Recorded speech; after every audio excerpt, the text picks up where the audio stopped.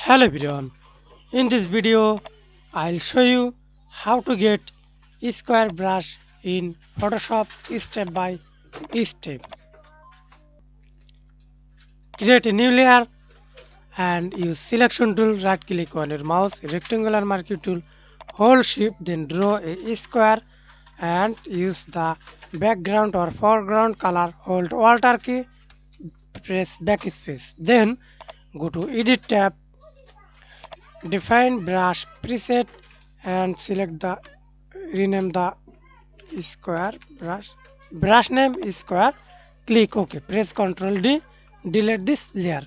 Then again apply the square brush, select the brush, then automatically selected square brush and is manually click the brush drop down menu.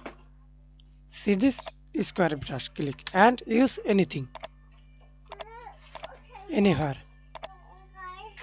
Thanks for watching video. Please like, comment, share and subscribe to my channel.